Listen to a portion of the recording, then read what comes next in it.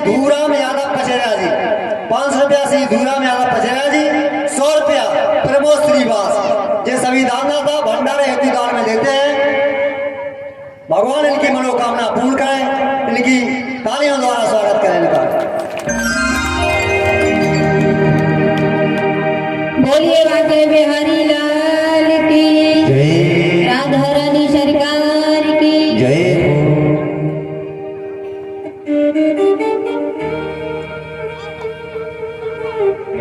देखो अब जाओ चालू होगा। अब एक के संग एक फ्रिज है। अब नहीं सुनने का था, अब तो सब घर ही है।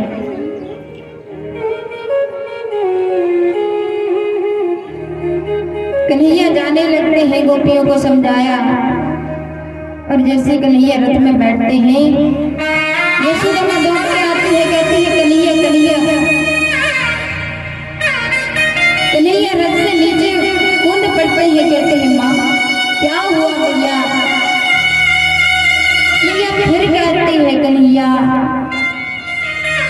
जल्दी आ जा, तेरे बिना मेरा मन नहीं लगता। कन्हैया कहते हैं भैया तू चिंता ना कर, मैं जल्दी आ।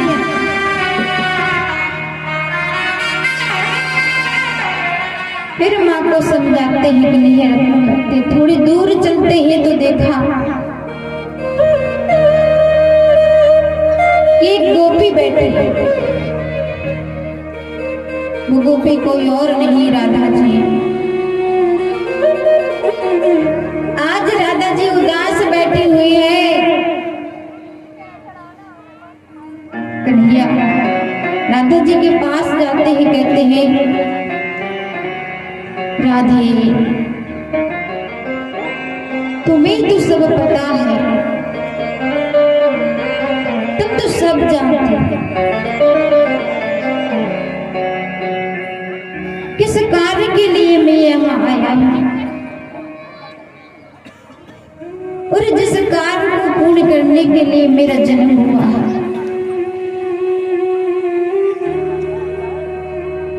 उसको तो मुझे पूरा करना ही है। फिर ऐसा कर।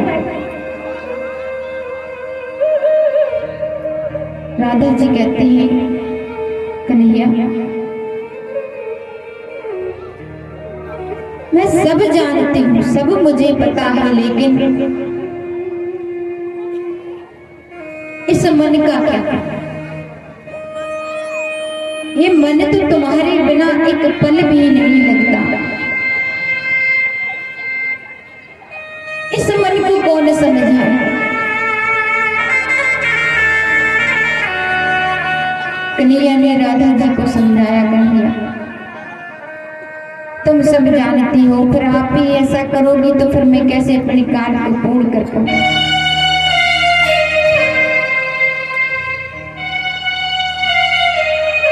कन्हैया ने क्या किया, अपनी जो बांसुरी थी राधा जी को दे दिया। बांसुरी राधा जी को दे दी और अक्रूर जी के साथ चलते हैं। अक्रूर जी के मन में अभी संदेह है कि ये भगवान है कि नहीं। जब अक्रूर जी ने यमुना नदी के किनारे विश्राम किया, जैसे ही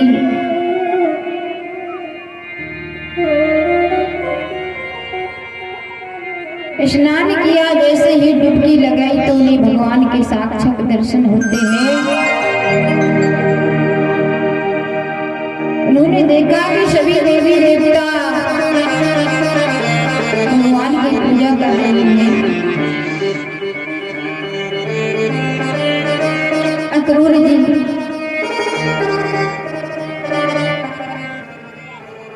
यमुना जी से बाहर जैसे ही मुख को निकालते हैं, देखते हैं कि वही भगवान यहाँ बैठे हैं और वही छवि यमुना में उनको दर्शन हो रही है। अब विश्वास हो गया अक्रूर जी को। अभी तो वो यह सोच रहे थे कि अरे ये नन्हे से छोटे छोटे बालक हैं और कंस इनको बुला रहा है। अब वो समझ गए कि इनका कोई कुछ नहीं बिगाड़ सकता।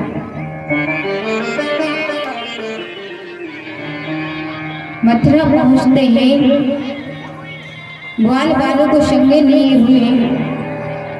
अब ग्वाल वाल कहते हैं कि अरे कन्हैया, हमें ऐसा पता होता कि मथुरा ऐसा है तो हम भी अच्छे कुछ कपड़े पहन कर आते, अच्छा श्रृंगार करके आते। अब कन्हैया कहते हैं ऐसी बात है तो कुछ वस्त्रों की व्यवस्था करते हैं। और कन्हैया जो राज दरबार का जो धोबी था,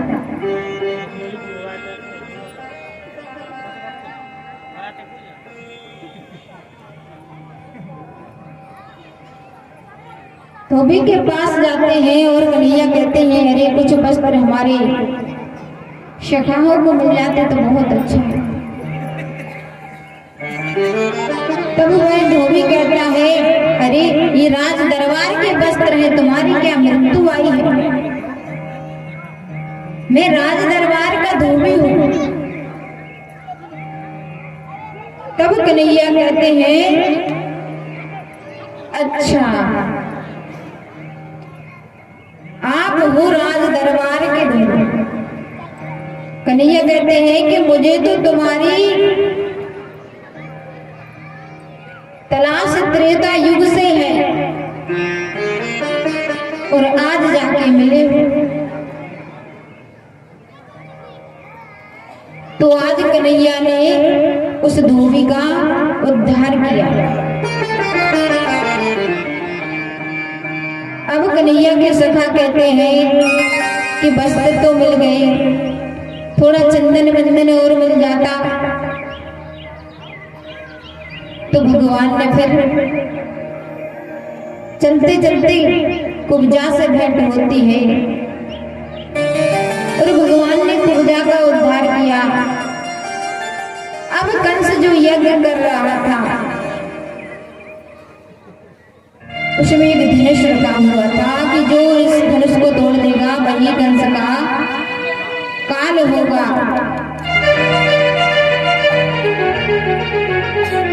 और कन्हैया जाते हैं उस धनुष का खंडन कर देते हैं। बड़ी जोर की आवाज होती है धनुष टूटने की।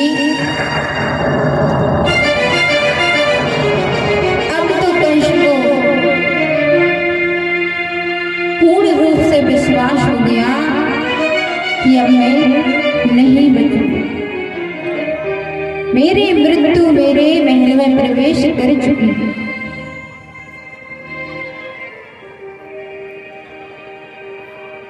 अब कन्हैया सखाओं से कहते हैं कि आप मेला घूम कर आओ, जब तक मैं कुछ महत्वपूर्ण कार्य है मेरा उसे मैं पूरा करता हूँ। सखाओं को भेज दिया मेला घूमने के लिए, क्योंकि उनके सामने तो वो छोटा सा कन्हैया है जो केवल गायों को चराता है। अब उनके सामने तो कन्हैया अपना स्वरूप नहीं दिखा सकते, नहीं तो सखा क्या कहेंगे कि कन्हैया यहाँ आके कैसे हो गया।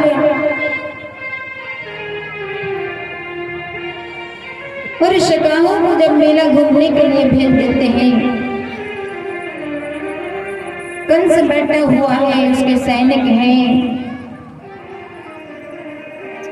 क्योंकि जब राजाओं के यहाँ पर कुछ कार्यक्रम होता है तो वहां पर प्रजा के मनोरंजन के लिए, राजा के मनोरंजन के लिए कुछ कार्य होते हैं, जैसे कि मल्ल युद्ध होता है। जो बलवान व्यक्ति होते हैं वो अपनी अपनी प्रदर्शनी दिखाते हैं। तो आज कृष्ण और बलराम से मल्ल युद्ध होता है, चाणूर और मुष्टक से। एक ही बार में कृष्ण और बलराम उन दोनों को पछाड़ देते हैं। जैसे ही उनको पछाड़ने लगते हैं कंस और डरने लगता है और जाकर भगवान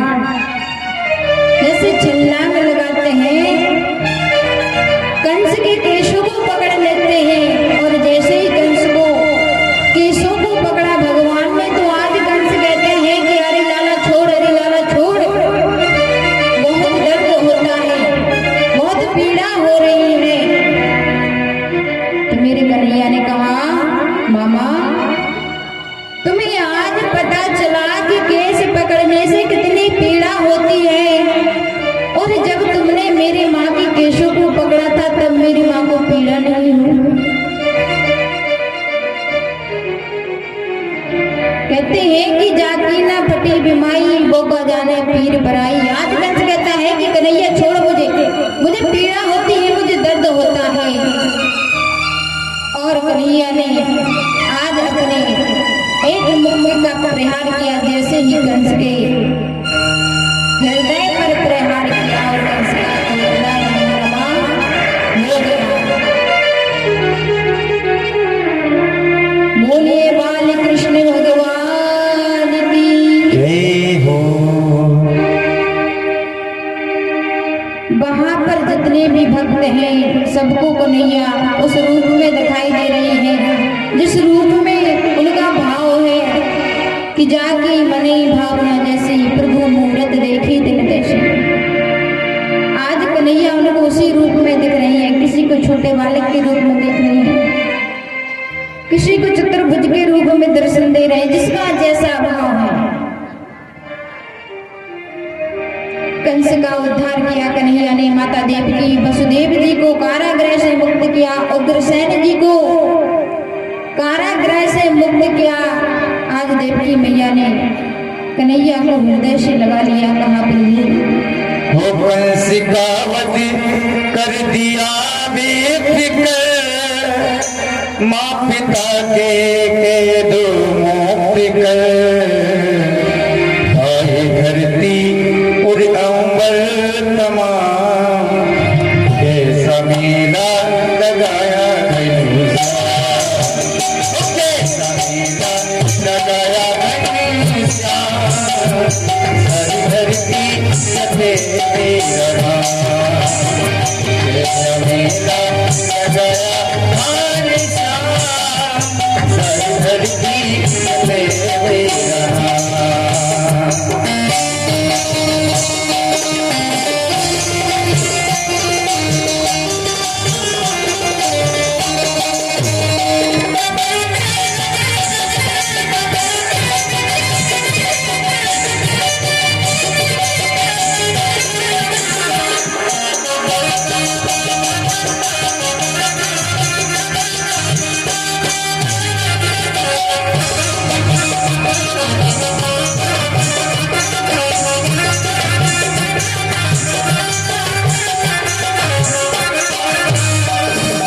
का वध कर दिया बेफिक्र, माँ पिता को कैसे मुक्त कर। कंस वध कर दिया बेफिक्र, माँ पिता को कैसे मुक्त कर। सारी धरती और अंबर तमाम, सारी धरती और अंबर तमाम, धरती सफेद रहा। कैसा मेला लगाया धनुषा, धरती सफेद रहा।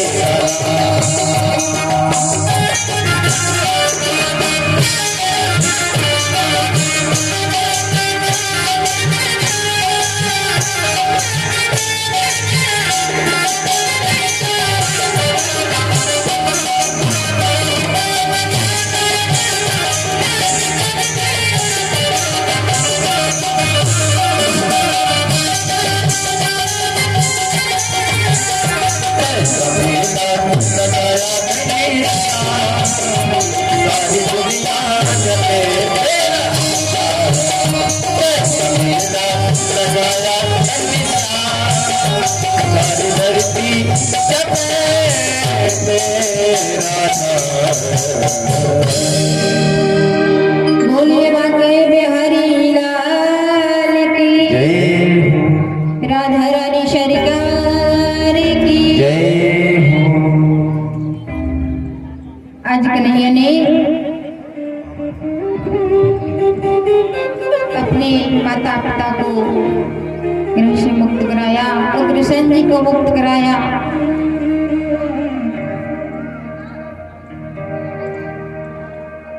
उनको राजपद वापस दिया उग्रसेन जी को। अब कन्हैया गोकुल जाते हैं।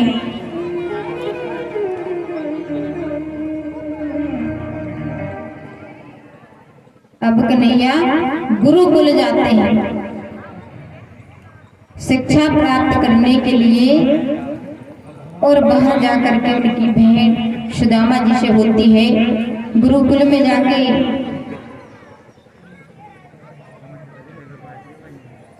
सुदामा से उनकी इतनी अच्छी मित्रता हो गई, क्योंकि आज जब मित्रता की बात आती है तो हर व्यक्ति उदाहरण देता है कृष्ण और सुदामा जी का।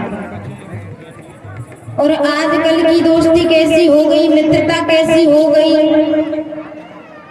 आजकल की मित्रता ऐसी रह गई कि तुम्हें हमारी सौगंध है, तुम्हें एक पैक तो ले नहीं पा रहा। आजकल की मित्रता कैसी हो गई, तुम्हें हमारी सौगंध है, तुम्हें एक पैक तो ले नहीं पा रहा।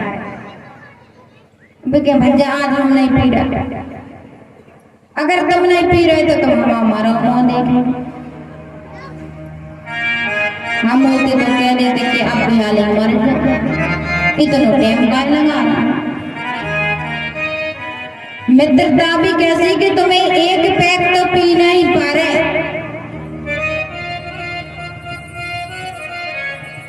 ऐसे मित्र हो गए आजकल युग के।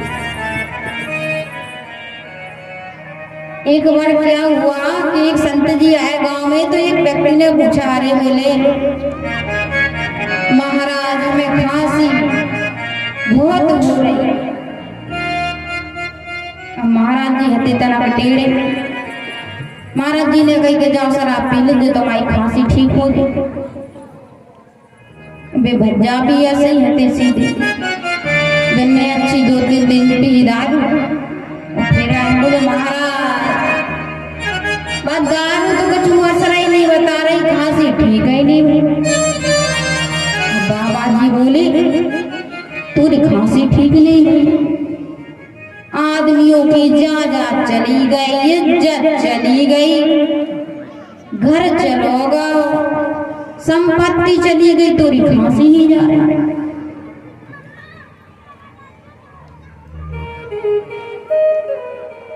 इंसान का सब कुछ चला गया, इज्जत चली गई।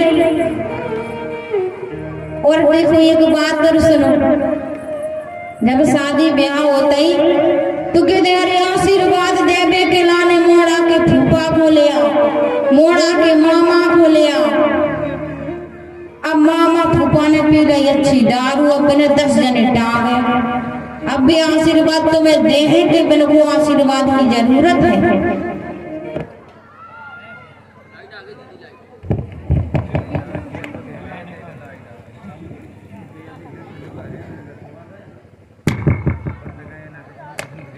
श्री राधे।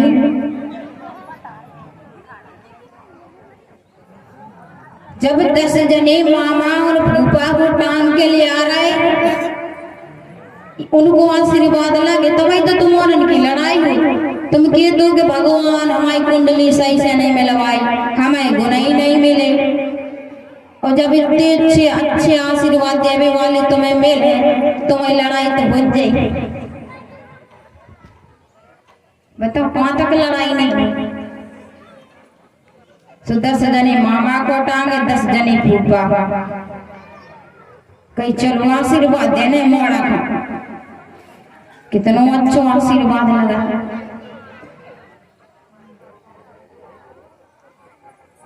इंसान कहता